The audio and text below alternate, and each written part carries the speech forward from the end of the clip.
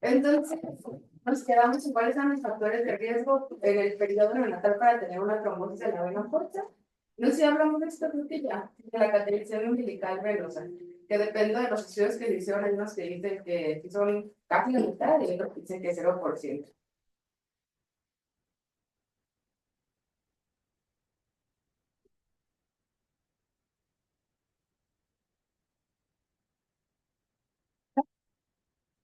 Bueno, entonces aquí es un estudio donde es un meta-análisis donde hablan de los otros estudios que estuvieron viendo cuántos niños tenían la trombosis de la vena umbilical cuando tienen un catéter umbilical. Entonces aquí pueden ver que son diferentes esquemas utilizados. O sea, por ejemplo, aquí nos dice tiempo en el que le hicieron la imagen. 4 a 8 semanas, luego cada 3 meses, hasta los 12 meses, hasta los 24 meses, hasta que los niños tenían 25 años. Entonces este sí lo estudió. Y bueno, así cada uno los fueron sirviendo diferente tiempo y por eso es también que cambian un poquito la incidencia de la trombosis que encontraron dependiendo de cada condición el ultrasonido. Entonces, lo más importante cuando se pone un catéter umbilical venoso es que esté posicionado correctamente. Y la posición correcta es que pase a través del ducto venoso, porque es fácil que al nosotros estar insertando el catéter umbilical, la punta del catéter, en vez de irse hacia el ducto venoso, se vaya hacia la vena por la izquierda. Por eso es que el sitio más común de trombosis es en la vena por la izquierda, porque es mucho más fácil irse por ahí, porque hagan de cuenta que el ducto venoso es como estrecho en su origen, entonces como que intentas meter el catéter umbilical y no puedes, y ya cuando puedes te fuiste hacia el otro lado, ¿no? Y yo creo que a todos nos ha pasado, aunque no estemos viendo qué está pasando adentro, a todos nos ha costado trabajo y de repente ya se puede hacer otra parte que no se debería haber ido. Y pues el gran problema también ahí es que no estás dando los medicamentos o las soluciones a nivel central, ¿no? O sea, lo estás mandando al hígado, básicamente.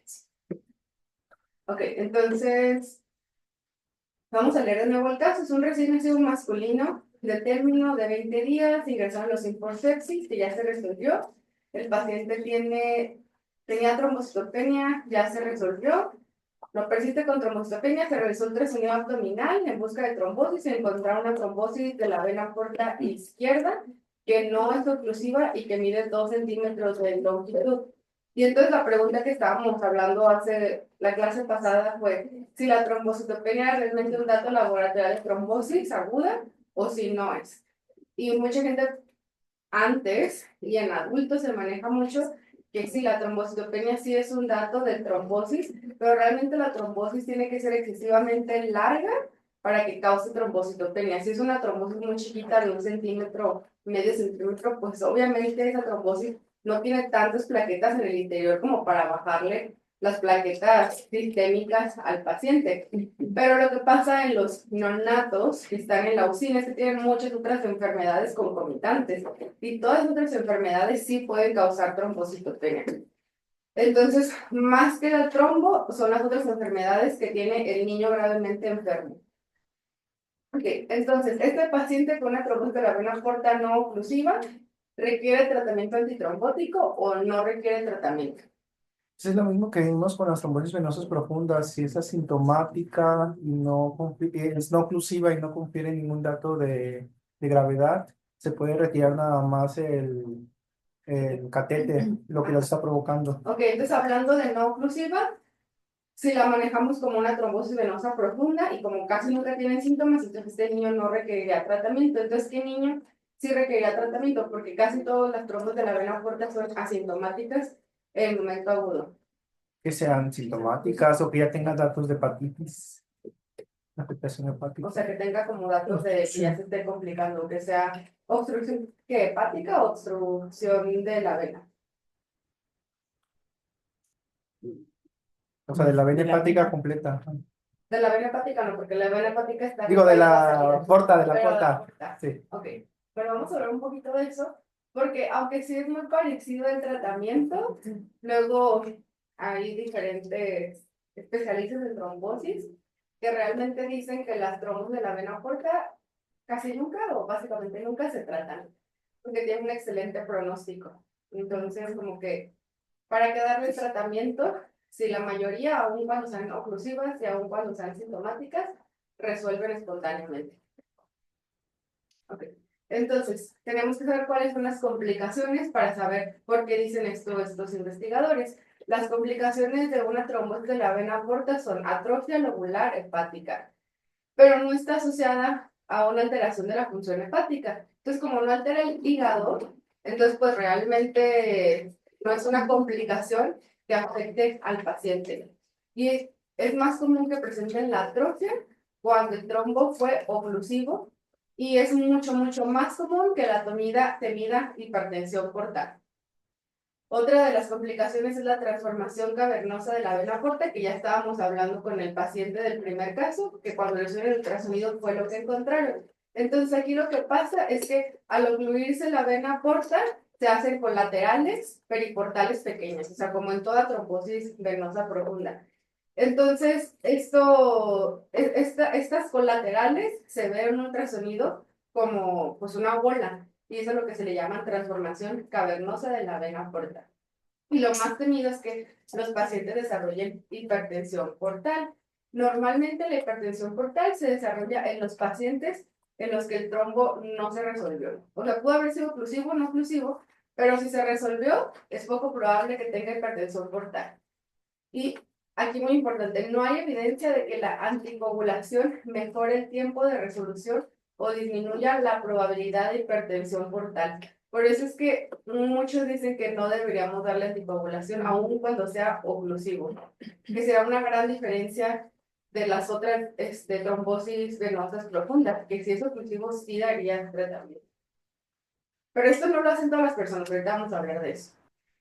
Los síntomas son sangrado de varices esofágicas, esplenomegalia y retraso en el crecimiento. Normalmente se diagnostican a los 5 años de edad. Será un caso parecido al paciente del primer caso. El 80% presentará síntomas en los primeros 3 años de vida y solo ocurre en el 4.5% de los pacientes. Si el trombo no se propaga a la vena porta principal derecha, el efecto de obstrucción es limitado. O sea, si se queda nada más la trombosis en la vena porta izquierda, al niño le va a ir bien. Pero si ya complica y afecta la vena porta principal a la derecha, es cuando tiene más probabilidades de tener complicaciones. Y ahora sí va lo que vamos, que el rol de la anticoagulación realmente es poco claro debido a la rápida resolución de la trombosis y aún cuando no se resuelva, puede que no haya ninguna secuela clínica, porque la atrofia del lóbulo hepático no te da nada clínico. Y aún se desconoce si la anticoagulación disminuye la tasa de hipertensión portal. Entonces, ¿qué nos dicen las guías? La ASH dice que se sugiere usar anticoagulación en vez de no anticoagular en pacientes pediátricos con trombosis de la vena porta con un trombo oclusivo. Si es post-trasplante, obviamente, porque ya es un niño que está complicado y no quieres que el niño pierda el hígado o pierda una vena. Y cuando tiene una trombosis de la vena porta idiopática. O sea, este niño como era no oclusivo, no es idiopático porque sí tenía un catéter, no me acuerdo si lo puso en la, pero supongo que sí tenía un catéter porque es lo más normal. Y no tuvo un trasplante, a este niño no le sugieren darle anticoagulación. Pero si nunca hubiera tenido un catéter, a ese niño no, con un trombo no oclusivo sí se lo hubieran dado. ¿Qué dice Chess? No da ninguna recomendación sobre la trombosis de la vena porta. Y bueno, si seguimos realmente esta guía, pues diríamos de que pues sí les tenemos que dar tratamiento a muchos pacientes, ¿no? Porque muchos pacientes van a tener un trombo oclusivo, pero la realidad es que los expertos en trombosis y los dos expertos que hay en Sick Kids, y hay una que es experta en trombos de la vena porta, ella no les da anticoagulación a ningún niño con trombos de la vena porta. Pero sí no es lo que dice la guía, ¿no? Pero es como también la experiencia, y si ella está escribiendo la guía, es como, no es como que se puedan poner de acuerdo. Entonces yo siento que no convenció a los demás, y los demás pues dijeron de que pues hay que poner que anticoagulen si está oclusivo, pero realmente no los anticoagulan. Entonces es como un poco de que realmente las guías son lo que se hace o no se hace, ¿no? Sí, son guías. Lo que te recomiendan, pero no lo hacen. Ajá, lo que te recomiendan, pero no lo hacen. Entonces, esto es nada más como para que piensen que sí se pueden dar otros manejos a los que la guía nos recomienda. Ok, entonces no iniciamos tratamiento porque no era oclusivo. ¿Se sugiere alguna monitorización del trombo? Bueno, como en la clase pasada dijimos que los ultrasonidos cambian conforme a los días, que Ajá. el trombo es tan inespecífico que a los 3 días puede desaparecer o Ajá. puede estar hasta los 5 días, y que Ajá. inclusive que algunos sí hacen ultrasonidos de control para ver que Ok. no se expanda o desaparezca. Ajá. Pero lo que sí puede seguir visible es la red colateral, ¿no? Si se formó. Sí, eso sí. Entonces, Entonces, pero es importante saber que no le estoy dando tratamiento. ujú. Hablando de trombosis venosas profundas, no de venir superficial, que el trombo se haya ido, porque es una vena profunda y es una vena muy importante, pero es una trombosis venosa superficial que no es tan importante. Ahí como que el hacerle monitorización con ultrasonidos, podríamos no hacerlo porque no me importa tanto esa vena, pero una vena porta es súper importante. Entonces sí me importa mucho más, claro que me importa más una vena yugular, ¿no? Ahí sí sería de ultrasonido, ultrasonido, ultrasonido. Okay. Entonces, sí tenemos que pedirla para monitorizar si hay extensión de la trombosis. Es más para ver si hay extensión que para ver si hay resolución, porque si hay extensión tal vez necesitemos darle tratamiento, ¿no? Ok, entonces esta es la guía que se usa para las trombosis de la vena porta neonatal. Si es un trombo que no es oclusivo y es solo un trombo, vas a pedir, no vas a iniciar anticoagulación y vas a pedir un nuevo ultrasonido en 48 a 72 horas. Si ya se resolvió, no vas a dar ningún tratamiento. Si el trombo sigue igual o es más pequeño, no das tratamiento y en 2 semanas le vuelves a pedir un ultrasonido. Si de nuevo no cambió, no le das tratamiento, pero en 3 meses le vuelves a hacer un ultrasonido. O sea, si no vas a hacer tratamiento, tienes que volver a hacer una imagen a los 3 días, a las 2 semanas y a los 3 meses y al año de edad. 3 meses, 2 semanas, perdón, 3 días, 2 semanas, 3 meses, un año. Así es, ¿ok? Obviamente, si el trombo sí se extendió, entonces ahí sí necesitamos dar anticoagulación, pero tendríamos que ver si se puede dar o si no se puede dar. Si no se puede dar anticoagulación, básicamente seguiríamos esta misma línea de monitorizar. Pero si sí podemos dar, entonces ahí sí inicio anticoagulación y vuelvo a pedir un estudio de imagen en 2 semanas, que realmente podemos no seguir este de 2 semanas y seguirlo como si fuera una trombosis venosa profunda de cualquier otro sitio y pedirla a las 6 semanas, que serían las 6 semanas, y si sigue sin resolverse, a las 12 semanas. Esto yo nunca lo había visto, la verdad, lo vi hasta este esquema, entonces como que no sé, creo que no se han equivocado, pero realmente no es lo que hacíamos, y hacíamos hasta las 6 semanas y hasta las 12 semanas. Y obviamente, si el trombo a los 3 meses, si dice tratamiento, 2 semanas. creo que no dice, creo que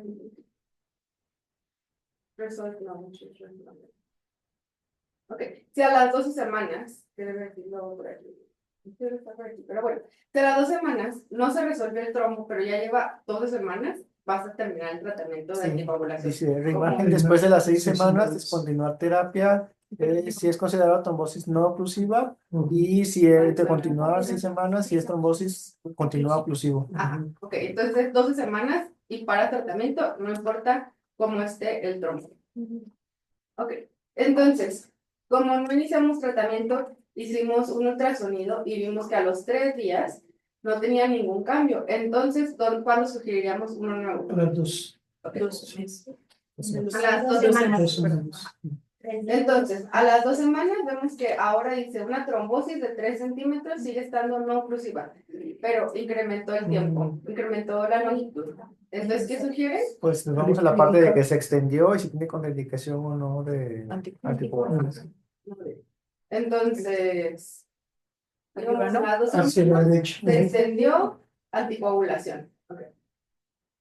Entonces, el paciente no tiene contraindicaciones para recibir anticoagulación, se inicia enoxaparina, tiene niveles terapéuticos. El ultrasonido a las 6 semanas muestra una trombosis sin cambios, por lo cual se continúa anticoagulación hasta completar las 12 semanas de tratamiento. El ultrasonido a las 12 semanas muestra trombosis sin cambios. Súper bien. Entonces ahí ya terminamos la anticoagulación.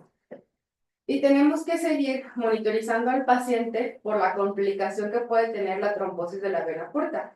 ¿Y cómo lo monitorizamos? Pues vamos a seguir al paciente en la consulta por al menos 5 años para monitorizar el desarrollo de la hipertensión portal y evitar la presentación con hemorragia gastrointestinal, porque yo bien podría dejar al paciente que no venga al servicio de trombosis o que no vaya con ningún pediatra para que monitoricen esto, pero el niño que sí va a presentar varices esofágicas y hipertensión portal, en vez de que llegue sin sangrado, se va a presentar con sangrado, y si se presenta con sangrado, pues es más grave, ¿no? O sea, ya es un niño que te va a tener anemia, que puede llegar chocado, que tiene que hacer alguna cirugía o algún procedimiento rápidamente. Entonces hay que evitar que pase todo esto y mejor diagnosticar un poquito de hipertensión portal y ya mandarlo con el gastro.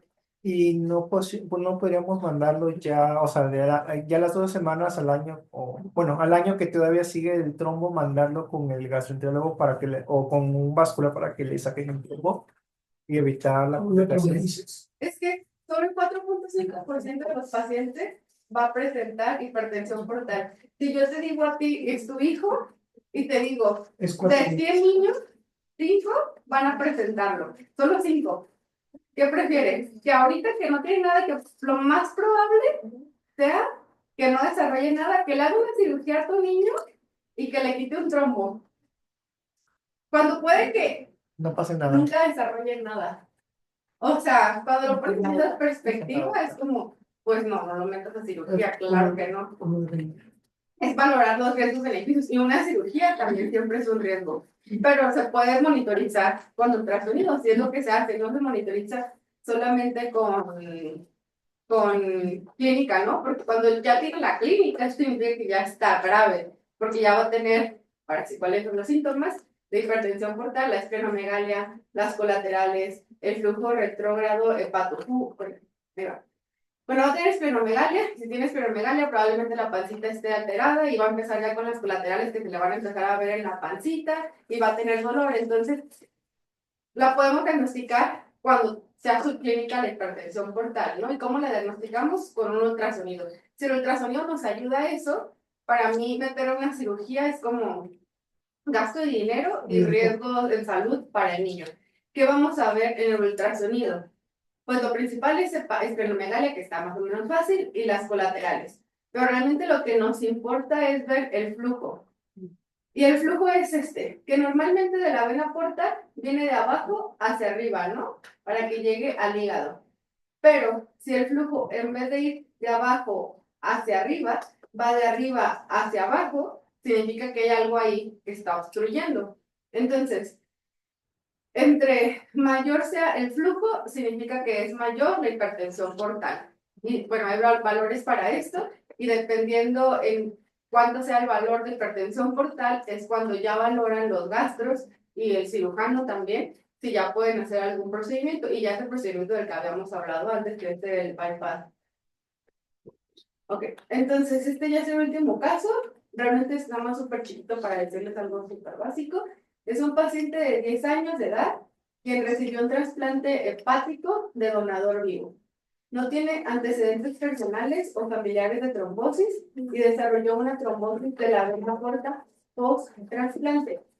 Aparte de las trombosis que ya vimos, que es secundaria a un catéter umbilical y a un niño enfermo, ¿cuáles son las causas de trombosis de la vena porta? Pero en la infancia.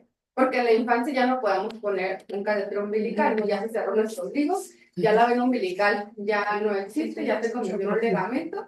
Entonces, ¿cuál será la causa? Autoinmunes, masas, Una masa que esté comprimiendo, ajá, y comprima la vena porta. sí, una vasculitis. Sí, pero es una vasculitis, no sé qué tanto funciona la vasculitis de la vena porta. Sí.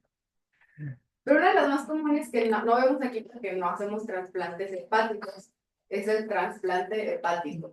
Una sepsis intraabdominal, pero también es súper raro, ¿no? Porque, bueno, súper raro en este hospital, pero no tan raro en otros hospitales. O sea, niños que tuvieron cirugías, traumas abdominales, niños que tuvieron esplenectomías. Tampoco vemos en México anemia de células falciformes, pero seguro en otros países sí ven anemia de células falciformes, ¿no? En Ecuador, a lo mejor en Perú. ¿Tú de dónde eres? De República Dominicana. En República Dominicana tienen un montón de anemia de células falciformes, entonces, Aquí Los sí hemos Colombia, tenido casos, ¿eh? Sí, hemos pero tenido- un poquito, ¿no? sí, son Ajá, digo, porque en no de Guadalajara, son de la costa. Ajá, y Marcenia creo que eran residentes de aquí, se habían ido a una rotación a República Dominicana y de que nos contaron de que todos los días tenían niños en transfusión y yo de que, ¿qué? Porque aquí no vemos eso, ¿no? Entonces, sí, nunca vamos a ver por nosotros, los que vivimos en México, aquí, un niño tan complicado con anemia de células falciformes, pero es importante que las personas que sí tienen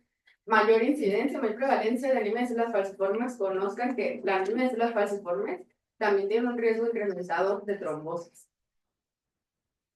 Ok, entonces, la trombosis de la vena porta post-trasplante es una complicación en niños y normalmente está asociada a una reconstrucción difícil de la vena porta. Se hace la trombosis porque están manipulando muchísimo la vena porta y especialmente cuando es de donador, cuando el donador es vivo. Ahí sí ya no sé mucho de técnicas quirúrgicas, sí, pero yo quiero suponer que cuando es de un donador que ya falleció, pues si le quitan, por ejemplo, todo el hígado, pues es mucho más fácil la reconstrucción, ¿no? Pero si es de un donador vivo, no quitan todo el hígado, solamente quitan una parte del hígado. Y si quitan una parte del hígado, pues tienen que manipular de diferentes formas las venas y el hígado para poderlo poner al paciente. O sea, como la cirugía es más difícil, por eso es mucho más común que sea en un paciente que recibió un trasplante de donador vivo. Y aquí nada más una tablita con cuáles podrían ser los síntomas de una trombosis de la vena porta no que se presenta, que es aguda en la infancia, que no fue en el neonato.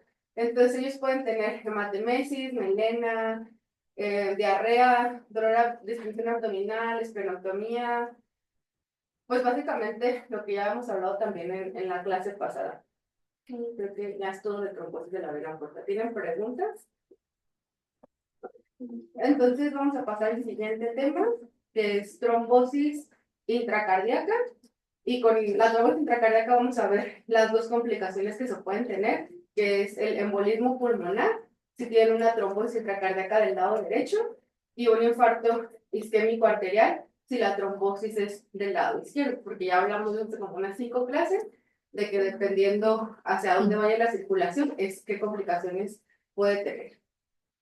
Entonces, el primer caso es un masculino, 3 años, ingresado en neumología pediátrica. Inicialmente hospitalizado por presentar dificultad respiratoria severa, la cual requirió ventilación mecánica invasiva. Durante el periodo que estuvo en ventilación, tuvo un evento de hemoptisis, tiene antecedente de asma, actualmente en piso, ya sin oxígeno suplementario, pero ha tenido arritmias. Entonces, como tuvo arritmias, solicitaron interconsulta cardio.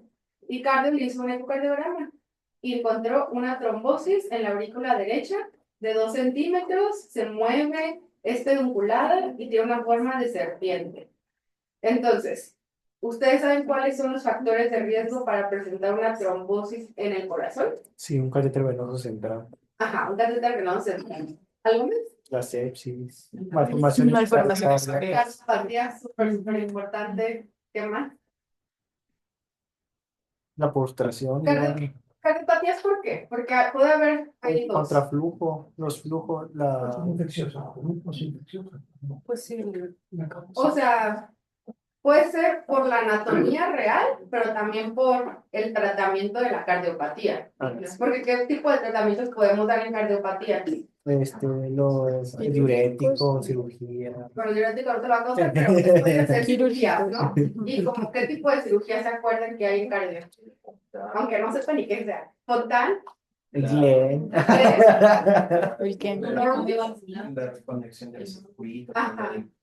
Y la plaza. Ajá, esas son como las más comunes, ¿no? Y de hecho las que más asocian a trombosis y las pacientes que necesitan tratamiento tromboprofiláctico son Fontan, Norwood y Glenn. Y los pacientes que tienen una válvula en el corazón, ¿no? Que hay diferentes tipos de válvulas. ¿Se acuerdan qué tipos de válvulas hay o no? Mecánica y biológica. Ajá, la biológica, ¿qué significa? porcino. Sí. Ajá, ok, entonces hay una más que la otra, es más trombogénica.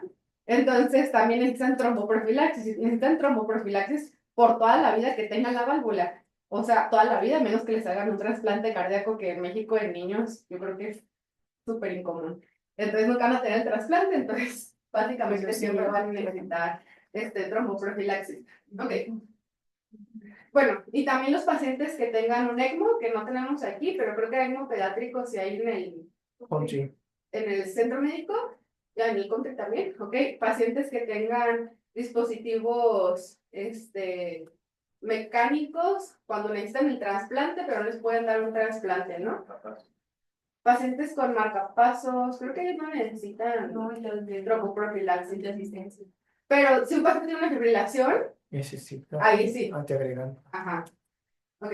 Entonces, hay algo muy importante, cómo debemos dividir las trombosis intracardíacas. Del lado derecho y del lado izquierdo. Y básicamente es por las complicaciones. Y porque las causas también son diferentes. Porque un catéter venoso central llega al lado derecho o llega al lado izquierdo. Lado derecho. Al lado derecho. Entonces, la causa principal de trombosis intracardíaca del lado derecho es un catéter venoso central. Versus el lado izquierdo, que no le llega, pues no es tan común. A menos que sea un paciente que le hicieron un cateterismo arterial porque querían hacer una reparación cardíaca y entraron por arterias, ¿no? Y entonces llegaron a la aorta. Y de la aorta ya hicieron la reparación de la, ¿cómo se llama? ¿Cuál es la palabra? La comunicación interauricular o interventricular, ¿no? Ok, entonces este es un corazón y que vemos, bueno, esta es la aurícula derecha, esta es la aurícula izquierda. Y aquí hay una masa adentro, que yo realmente no sé cómo saben si es un tumor o si es una vegetación o si es un trombo, pero pues los expertos son los cardiólogos y ellos saben cuándo esto les parece que es un trombo. Entonces esto es una trombosis cardíaca. Eso no lo sabemos, pues vamos a dejar que ellos nos lo digan. Pero es muy importante saber las características.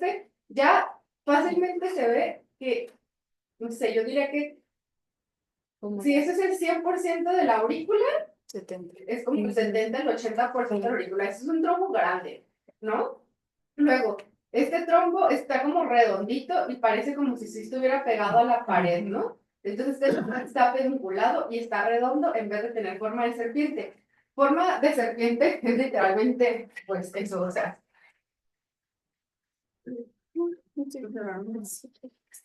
Ok, entonces, si esta es la pared, o sea, que el trombo sea así, ¿no? Pedunculado, que sea así. Que no sea pedunculado así. Entonces, es muy diferente tener este trombo y este trombo. Porque este trombo necesita despegarse de toda esta pared para poder embolizar. Pero este solamente necesita despegarse de aquí. Y con el flujo, es fácil que se despegue este trombo, ¿no? Imagínense este trombo con el flujo, también se despega, ¿no? Entonces, por eso es súper importante saber las características. Pero muchos cardiólogos no saben, desconocen que necesitamos todas estas características para decidir qué tipo de tratamiento le voy a dar, no le voy a dar al paciente. Entonces, muy probablemente el ultrasonido va a estar reportado como trombosis de 2 centímetros en la aurícula. Más intracardíaca de 2 centímetros. Descartar vegetación versus trombo. Ajá. Así lo dice. Sí, sí, dice. Sí. Y entonces, ¿eso me ayuda o no me ayuda? Pues realmente no me ayuda. Yo tengo que ir con el cardiólogo y decirle, por favor, podemos revisar el ultrasonido, porque yo necesito más información para saber qué riesgos tiene mi paciente, porque yo no quiero que a mi paciente le dé un embolismo pulmonar. Y ese es el riesgo de que se despegue en la aurícula derecha, que se vaya al ventrículo derecho, que se vaya por las arterias pulmonares y llegue al pulmón y mi paciente tenga una dificultad respiratoria severa, ¿ok? Entonces, si no se los quieren decir, o sea, tenemos que hacerlo también como una forma bonita, ¿no? Como decirle que es por el paciente porque es para el paciente. Ok. Entonces, los trombos intracardíacos son más comunes del lado derecho. ¿Por qué? Porque ahí llegan los catéteres. Y es mucho más común pues, en pacientes más chiquitos, porque los pacientes más chiquitos son los pacientes que están más hospitalizados, ¿no? Los menores de 1 mes y los menores de 1 año. Los factores de riesgo generales pues son cirugías para cardiopatía congénita tipo Fontan, pacientes con ECMO, dispositivo de asistencia ventricular, cardiomiopatías y enfermedades cardíacas adquiridas. Y para la trombosis intracardíaca de la aurícula derecha, bueno, aquí no pusieron el catéter venoso central, pero es que muchos de estos pacientes con esas enfermedades tienen catéter venoso central, porque un paciente post cirugía cardíaca tiene catéter venoso central. El que tiene nutrición parenteral total, también. El que tiene falla renal, a lo mejor tiene un catéter venoso central o tiene ¿cómo se llama? Uno para hemodiálisis. Los que tienen malignidades también tienen catéter venoso central. Los prematuros también tienen catéter venoso central. Entonces, casi todos estos pacientes tienen mínimo 2 factores de riesgo, ¿no? Más este. Entonces, pues la probabilidad de desarrollar trombosis es mucho más alta en estos pacientes. Ok, entonces, ya sabemos que tiene la trombosis, pero nosotros creemos que este paciente podríamos haberlo diagnosticado clínicamente con una trombosis o fue un hallazgo por ultrasonido nada más. Porque tenemos que saber cuáles son los síntomas de una trombosis intracardíaca. ¿Hay síntomas? ¿Son asintomáticos? La mayoría son asintomáticos, pero uno de los principales síntomas son las arritmias cardíacas. Ajá. Sí, porque también puede tener dificultad respiratoria. Pero sí, como que un paciente que no debería tener una arritmia y de repente tiene una arritmia, pueden ser muchas causas, pero una de estas causas puede ser una trombosis intracardíaca. Entonces pueden tener dificultad respiratoria, arritmias, pero la mayoría son asintomáticos. Entonces, este paciente, ¿qué síntomas tenía? Tenía dificultad respiratoria y tuvo hemoptisis. Entonces, y la arritmia. Entonces, sí tenía síntomas. Pero este mismo paciente dijimos que tenía asma. ¿Los pacientes asmáticos van a tener dificultad respiratoria? Sí. ¿Los pacientes con asma pueden tener arritmias? Sí. Sí, entonces es como súper difícil diagnosticar un paciente con una trombosis intracardíaca, porque normalmente son pacientes que están en UCI, y los pacientes que están en UCI van a tener estos mismos síntomas, por muchas otras causas, no por una trombosis intracardíaca. Entonces es muy difícil, y normalmente se diagnostican porque por alguna otra razón le pidieron un ultrasonido, un ecocardiograma, y en el eco salió que tenía la trombosis. Ok. Ahora, ¿cuáles son las complicaciones de una trombosis intracardíaca en la aurícula derecha? Es que las arritmias también que puede tocar o afectar una válvula y también el Insuficiencia embolismo pulmonar. Embolismos. Sí, lo más importante obviamente el embolismo pulmonar, y con el embolismo pulmonar pues la muerte del paciente, que será lo más grave. El 15% de los pacientes que tienen una trombosis intracardíaca del lado derecho tienen un embolismo pulmonar. Y aquí estamos viendo dónde está el coágulo, por dónde va, ¿no? El émbolo más bien. Ok, entonces, ¿cuál es la probabilidad de que este paciente tenga, ay, me equivoqué, ¿verdad? Debería haberlo puesto ahí. ¿Cuál es la probabilidad de que tenga un embolismo pulmonar? Pues 15%. Pero no todos tienen el mismo riesgo, porque volvamos a lo mismo, depende de las características del trombo. Entonces, tenemos que dividir a los pacientes en pacientes por riesgo de presentar embolismo pulmonar, y los dividimos en pacientes de alto riesgo y en pacientes de bajo riesgo. ¿Cuáles son las características de alto riesgo? Cuando el trombo es grande. ¿Qué significa grande? Pues, si lo ponemos fácil, que mida más de 2 centímetros. Pero si tengo un bebé de 2 meses, 2 centímetros es un trombo gigante. Pero si tengo un niño de 14 años, un trombo de 2 centímetros no es un trombo tan grande, ¿no? Entonces se sugiere que deberíamos tener como nuevas dimensiones para hablar de riesgos, porque pues el corazón de un bebé va creciendo, entonces no es lo mismo. Pero todavía, si hay algunas, en algunos documentos en los que sí nos dicen cuándo debería ser, pero de todas maneras no es como algo que se use. Tanto que sí, creo yo que sí se debería usar. Que esté pedunculado, que sea móvil y que tenga forma de serpiente. Ok. Entonces, este paciente con una trombosis de la aurícula derecha, 2 centímetros significa que es de alto o de bajo riesgo. Ya es de alto riesgo. Es móvil, también es de alto riesgo. Pedunculado, de alto riesgo. Forma de serpiente, alto riesgo. Entonces, este niño tiene todo para hacer un trombo de alto riesgo. ¿Qué tratamiento recomendarías para este paciente? ¿Qué tratamiento se le puede dar a una trombosis intracardíaca? Es la anticoagulación. ¿Una anticoagulación o algo más se puede hacer? Se debe de retirar el catéter, pero ya hasta que el trombo haya disminuido de tamaño.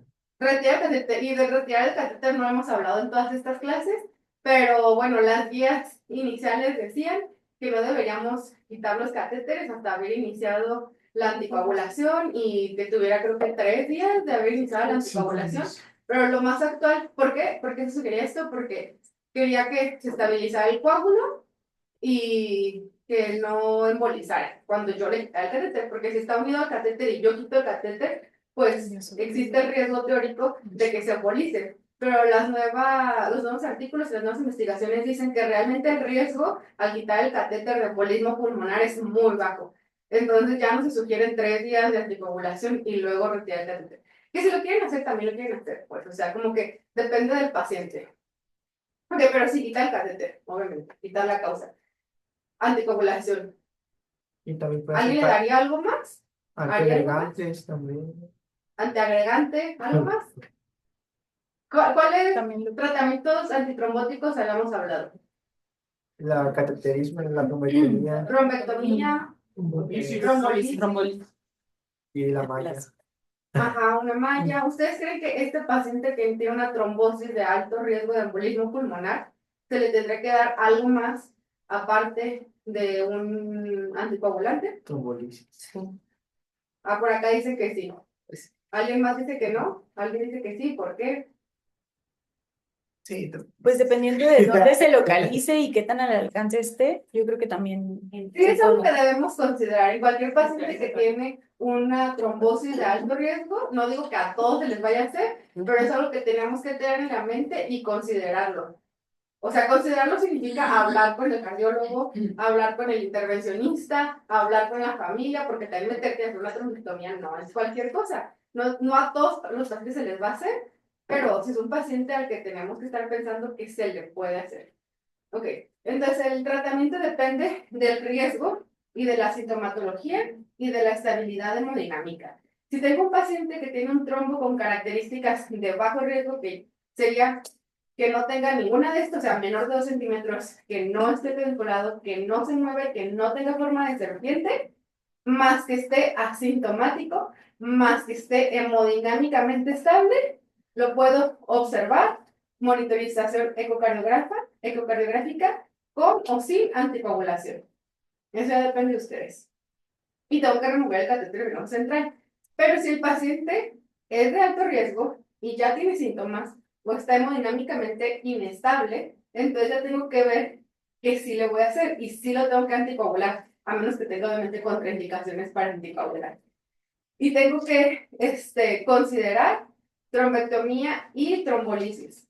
Pero hay algo muy importante también. Al momento de yo meterme el corazón por un cateterismo, el riesgo de que el paciente embolice es alto. O sea, el riesgo de que el paciente embolice solito, espontáneo, también es alto, pero es mucho más alto cuando yo me meto y se lo quito. Entonces, por eso es que no se recomienda siempre, pero dependiendo de ciertas características que creo que van a estar después, sí se puede hacer trombectomía y trombolisis. Ok, entonces, no hay ventaja en la supervivencia de pacientes de alto riesgo tratados con trombectomía o terapia trombolítica versus aquellos tratados con anticoagulación. Entonces, en general, es solo anticoagulación, en general, pero sí se puede considerar la trombectomía. Y de hecho, cuando es de alto riesgo, tienes que hablarlo y solicitar interconsulta, aquí no sé a quién, pero a radiología intervencionista, porque radiología intervencionista tiene que decirnos si ellos creen que es factible y cuál es el riesgo de embolia pulmonar. Y considera.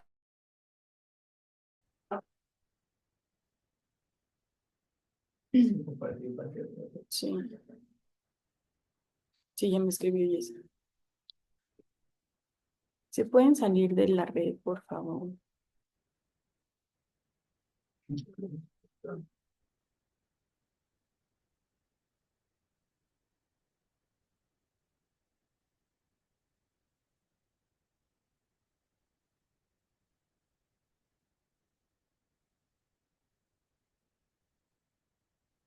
Entonces, ¿qué dice la guía de la ASH 2018? Dice, se sugiere usar anticoagulación en vez de no anticoagulación en pacientes pediátricos con trombosis del lado derecho. Se fijan, nunca habla nada de la trombosis del lado izquierdo porque es súper incomún. ¿Qué dice CHEST? Entonces, Chet dice, para niños con trombosis de la aurícula derecha relacionada a un catéter, remover el catéter con o sin anticoagulación, dependiendo de los factores de riesgo. Y aquí te dicen los factores de riesgo, que esté grande, que sea móvil, que los mismos de los que ya hablamos, ¿no? Ok, entonces, nosotros quisiéramos iniciar anticoagulación, pero el paciente, nos acordamos que el paciente tuvo un evento de hemoptisis. Y si un evento de hemoptisis, tenemos que pensar que el paciente probablemente tenga una hemorragia pulmonar.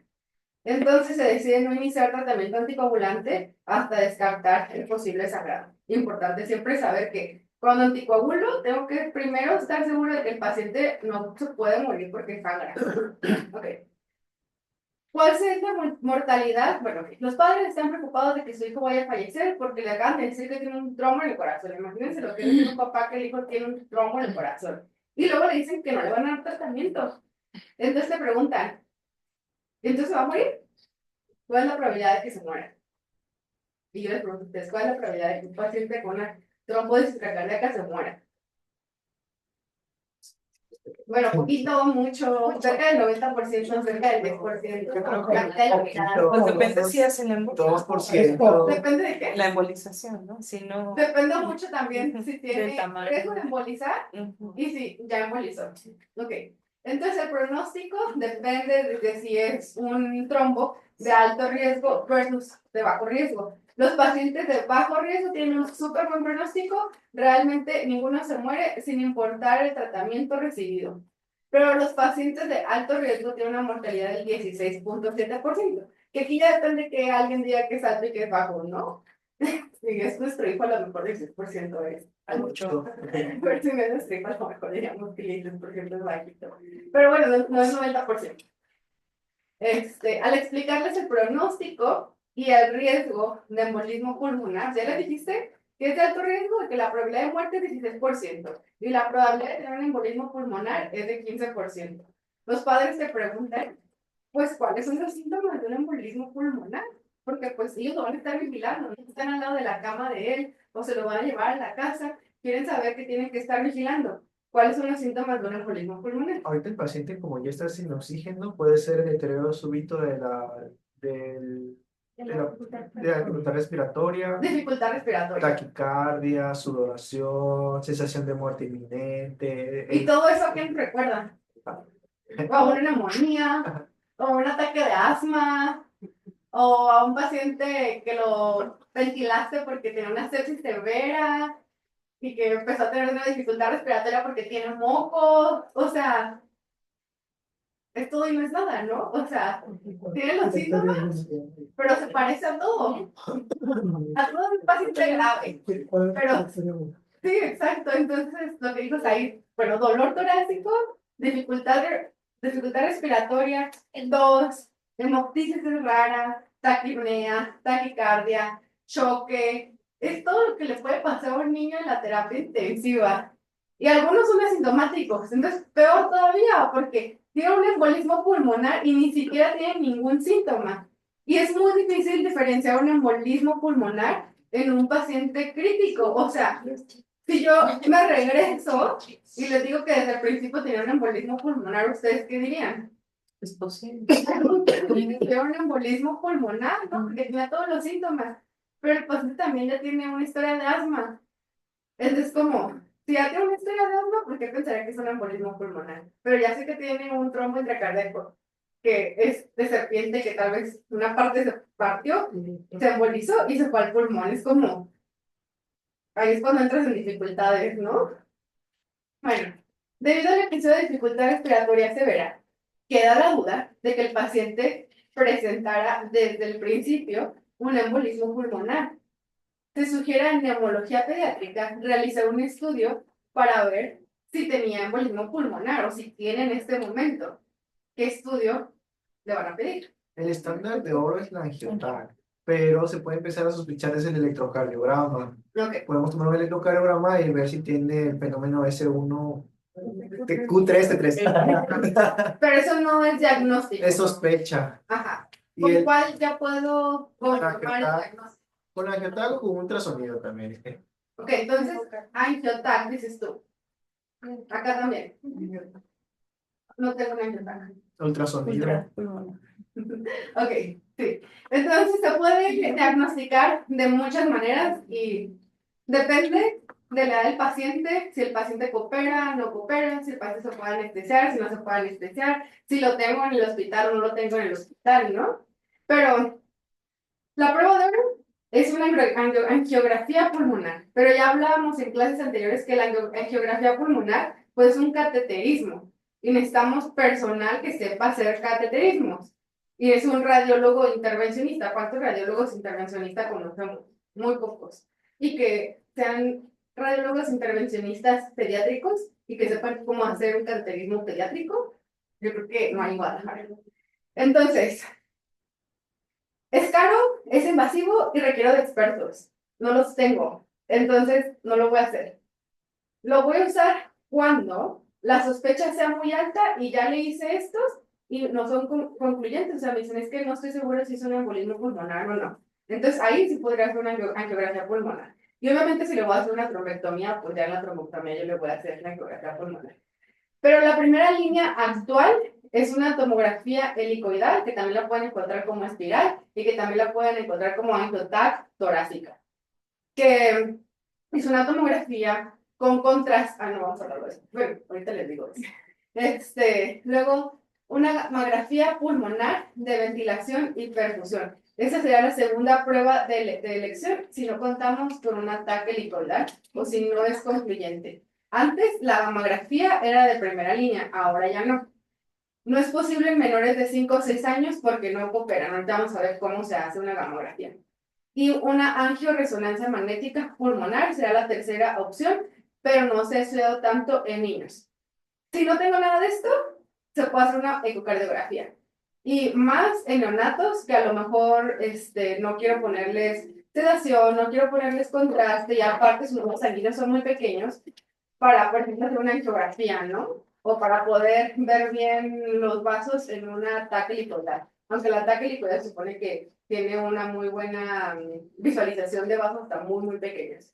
Entonces, la angiotac torácica helicoidal necesita contraste. ¿Por qué el contraste? Pues para ver los vasos sanguíneos. Y luego, del contraste se toma una tomografía. Tiene que ser helicoidal y no convencional, porque la convencional como que hace cortes muy grandes y luego la computadora con esos cortes como que hace una proyección de cómo cree que es el pulmón o los vasos sanguíneos. Pero la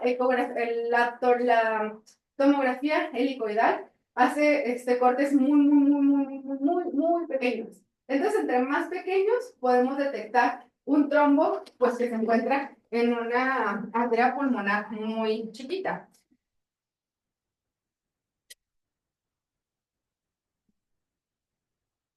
Entonces, si este es mi pulmón y tengo mi arteria pulmonar izquierda, recordemos que se va haciendo más chiquita, más chiquita, más chiquita, ¿no?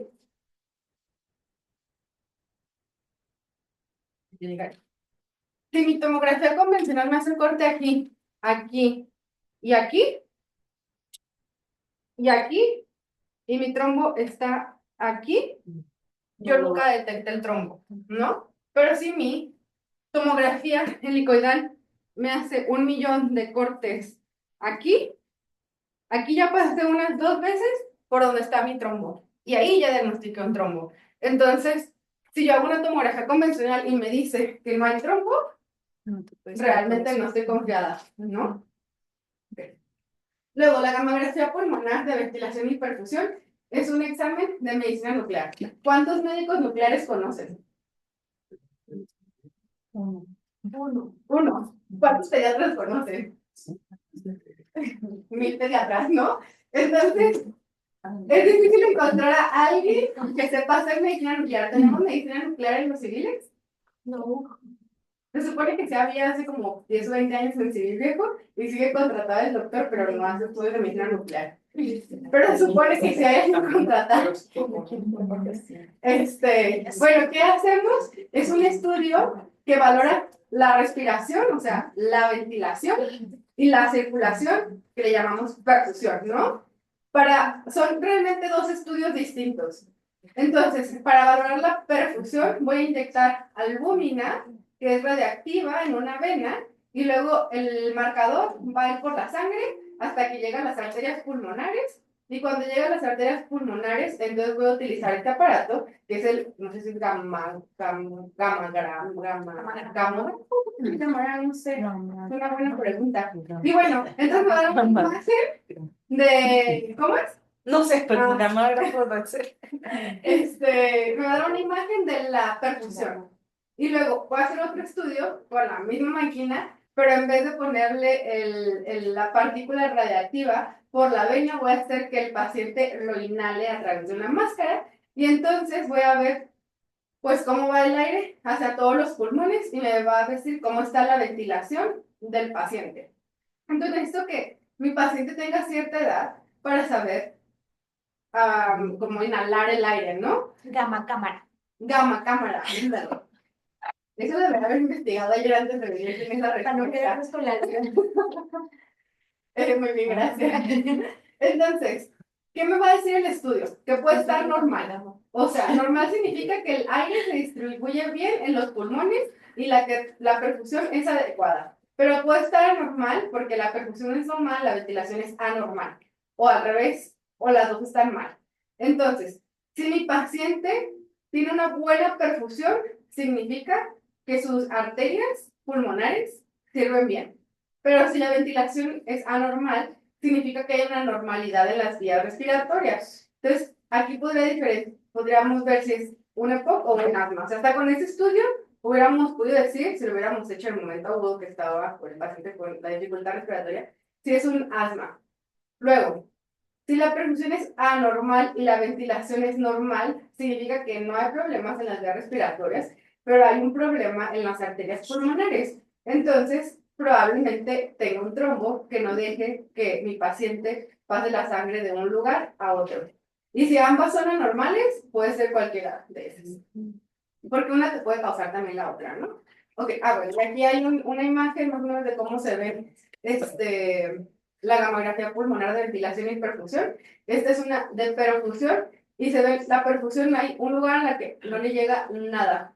O sea, eso es, lo negro es la partícula radiactiva, la albúmina radiactiva. Y aquí en esta parte del pulmón no llegó nada. Entonces, dependiendo de qué lugar no llegue la partícula radiactiva, sabemos qué arteria es la que tiene el trombo. Porque ya sabemos, en la clase pasada vimos hacia dónde perfundía cada arteria pulmonar. Y aquí la ventilación está normal en los dos pulmones, arriba, abajo, en todas partes, ¿ok?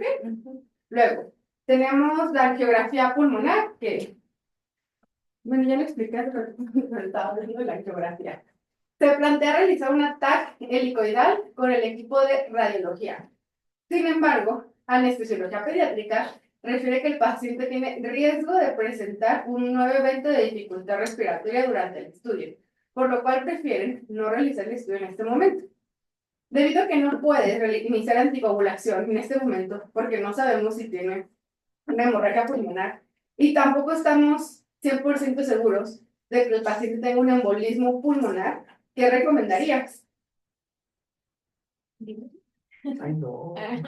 Yo sé que ven que ¿Qué recomiendas? Bueno, o sea, él quiere recomendar algo, pero no quiere decir. No, es que es un petit comité. Aquí es pedir comité todo, no vamos a hablar de nada.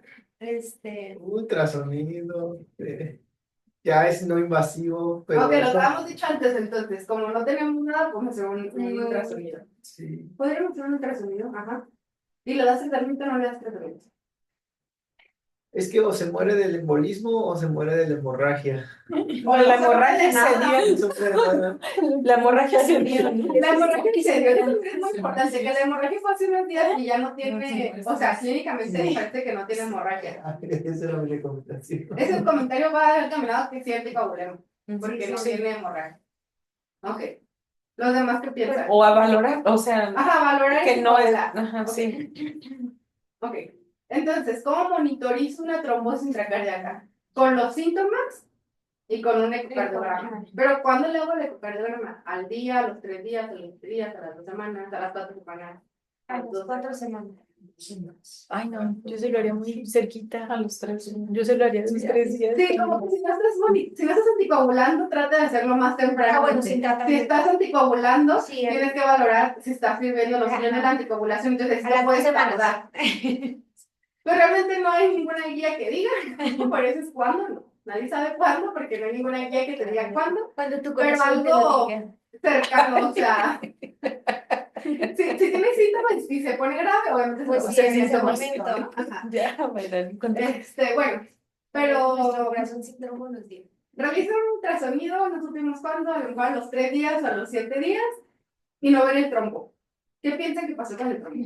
Si no tienes síntomas de émbolo, no sospechamos de embolismo. Pero dijimos que muchos eran asintomáticos. Puede, se pudo reabsorber. Ok, si lo hice en 3 días, tal vez no se reabsorbió. Pero si el caso ya lo hice en 2 semanas, probablemente sí se reabsorbió. Por eso es importante saber la temporalidad. Si a los 3 ya no está, pues dices, Ajá, exacto. O me O ya no asusto, digo, gracias a Dios. ¿No? Y hay las dos opciones, y lo curioso es que sí pasan las dos opciones. Sí. La gente sí piensa en las dos opciones y unos están seguros en que una es cierta y los otros que la otra es cierta. Entonces, puede haber embolizado, aunque no tenga síntomas, puede que tenga un embolismo pulmonar o puede que se haya disuelto completamente. Yo prefiero ser positivo. Aquí entramos a algo complicado, porque si yo pienso que es un embolismo, lo voy a hacer muchos estudios y lo voy a anticoagular. Pero si yo pienso que tuvo una disolución completa y espontánea, ¿lo anticoagulo o no lo anticoagulo? No. ¿Pero por qué no lo van a anticoagular? Si ya vemos mucho que ese paciente sí debería anticoagularse. Pues ya Lo que está, ya que tiene injuria en el endocardio, en las válvulas. Exacto, o sea, ese paciente ya no tiene una pared, bueno, esta no será vascular, pero una pared cardíaca sana. El riesgo de trombosar sigue ahí porque su pared está enferma. Este paciente tiene que seguir recibiendo anticoagulación aunque se haya disuelto completamente. Y es algo que ustedes tienen que hacerles entender a los cardiólogos o a quien sea que esté manejando el paciente. O sea, este paciente, si le hago el ataque helicoidal y me dice que no hay embolismo, y siento, supongo que se disolvió. Entonces, como de todas maneras necesita anticoagulación, porque yo no quiero que este paciente en 3 semanas vuelva a tener un trombo en el mismo lugar porque yo no lo anticoagulé. Ok, entonces, a ver cuánto queda. 2 minutos, a ver, el paciente se encuentra ya estable hemodinámicamente, entonces anestesio dice que ahora sí le podemos hacer el ataque helicoidal. Y el ataque helicoidal dice que no hay sangrado, y que si tiene una trombosis en una arteria pulmonar, en la lobar derecha anterior. ¿Recomiendas algún tratamiento? Pues continuar con la anticoagulación, como hemos dicho. Ok, entonces el paciente no tiene sangrado y supongamos que todo lo demás está bien y se puede anticoagular. Entonces, solo anticoagulamos, hacemos una trombectomía, hacemos una trombolisis, porque ya no estamos hablando de una trombosis intracardíaca, pero estamos hablando de un embolismo pulmonar. ¿Cuál es el tratamiento de un embolismo pulmonar? Y de hecho ya lo vimos en la trombosis venosa. El embolismo pulmonar es la trombolisis. Quitar el trombito para que recupere el pulmón. Ok. ¿Qué más dice? Creo que ¿Qué más dice para la siguiente clase? Trombectomía. Bueno, vamos a dejarlo para la siguiente clase porque ya son las 9, pero este tema está súper interesante. Pero está asintomático. Ajá, ahí es el punto, que está asintomático en ese momento. Pero a lo mejor es el trauma que tuvo hace 10 días que dio la dificultad respiratoria. Sí. Ay, eso no Sí, está interesante. Ah, es que está la- Estuvo interesante. Muchas gracias. Deberíamos